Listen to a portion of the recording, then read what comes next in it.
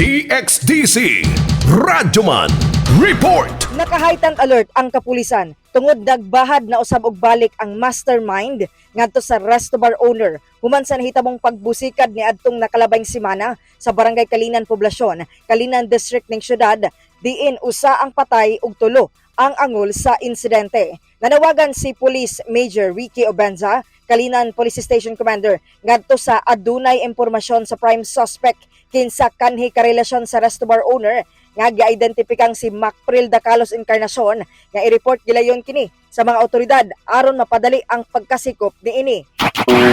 Panawagan sa atong dakbayan kung kinsa man naka-identify ani ato ang main suspect sa atong explosion incident last week kani si Macpril Dacalos Encarnacion na nanay kaso na murder, prostituted murder and damage to property and explosive atong kanon kung para mapadali na to ato ang pagsikop aning suspect. So nawagan mi sa kitay makaibalo ani nga information na ihang whereabouts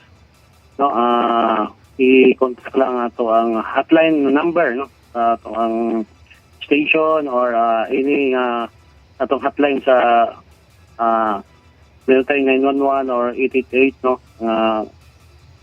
makontak dahil na to or if mayroon kayong mga information. Wala gihapon ni surrender ang suspect sa 24 oras nga ultimatum ni Davao City Police Office kun DCPO City Director Police Colonel Alberto Lupas kaniya busa nagpadayon ang paggukod karon sa mga otoridad aron kini masikop sa giluwatang salaysay sa resto bar owner. Ex-boyfriend niya kini nga dili gihapon maka-move on sa ilang pagbulag hinungdan nga nihimo na kinig serye sa threats. Giklaro ni Obenza, crime of passion kini ug dili act of terrorism apan wala gihapon magkumpiyansa ang mga kapulisan ug nagpabiling hugot ang seguridad karon nga Kadayawan Festival. Kasama mo sa balita ug serbisyo publiko, reaching millions nationwide and worldwide for 70 years. Radyoman Aimee Genita, Tatak RMN.